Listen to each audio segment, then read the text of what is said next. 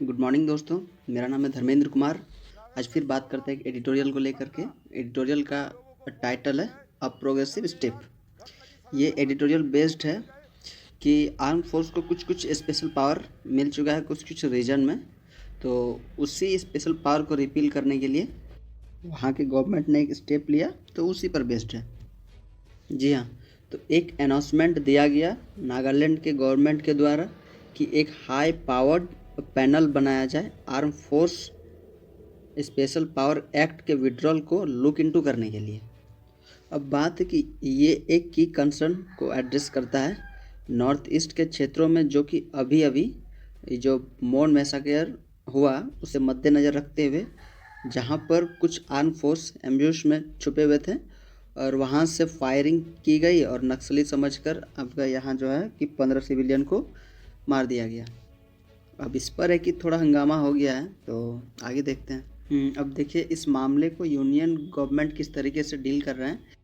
अब इस मामले में जिस तरीके से यूनियन गवर्नमेंट डील किया है, जैसा कि नागालैंड में रिसेंटली कुछ दिनों में जो भी कुछ हुआ, ये पूरी तरह से प्रोपोज्ड पैनल को लाने के लिए और ज़्यादा मजबूती दे देती है, जो कि होम मिनिस्ट्री अफेयर्स के एडिशनल सेक्रेटरी लीड करने वाले हैं। अभी ये आगे जा कर के पूरे देश में लागू हो सकती है, पर फिलहाल तो नागालैंड पर होना ही चाहिए, ऐसा कहा गया है।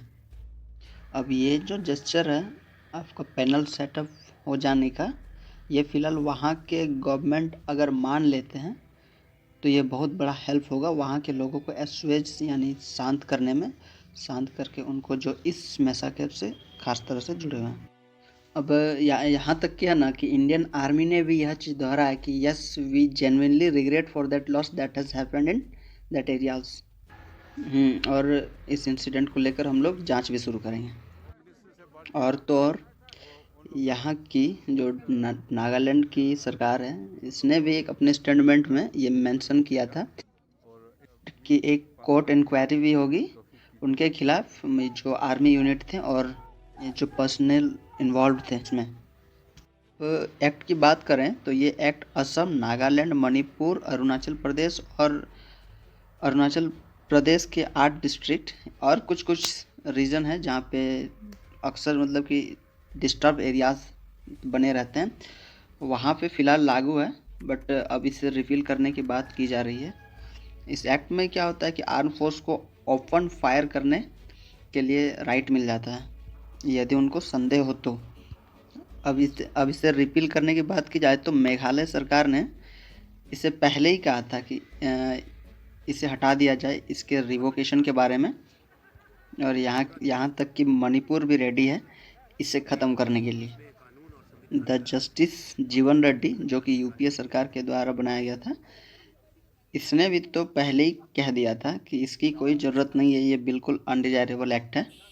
लेकिन ये एक्ट तो बना रहा, बस इसी कारण कि आर्म फोर्स नहीं चाहते थे कि ये हट जाए ताकि वहाँ पे पीस बना रहे। चूँकि आगे बात करें तो ये एक्ट आपका त्रिपुरा में भी था, जो कि 2015 में इसे रिवोक कर दिया गया। अब उन्होंने यहाँ इम्प्रूवमेंट देखा तब जा कर के इस लॉ को हटाया, इस एक्ट को हटाया। अब यह मेघालय में भी था, जो कि 2018 में हटा दिया गया।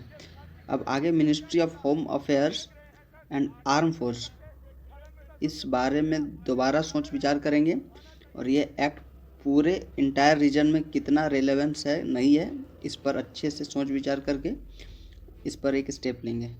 तो बस आज के एडिटोरियल में यही था। मिलते हैं फिर नेक्स्ट डे एक नए एडिटोरियल के साथ। तब तक के लिए जय हिंद, जय भारत।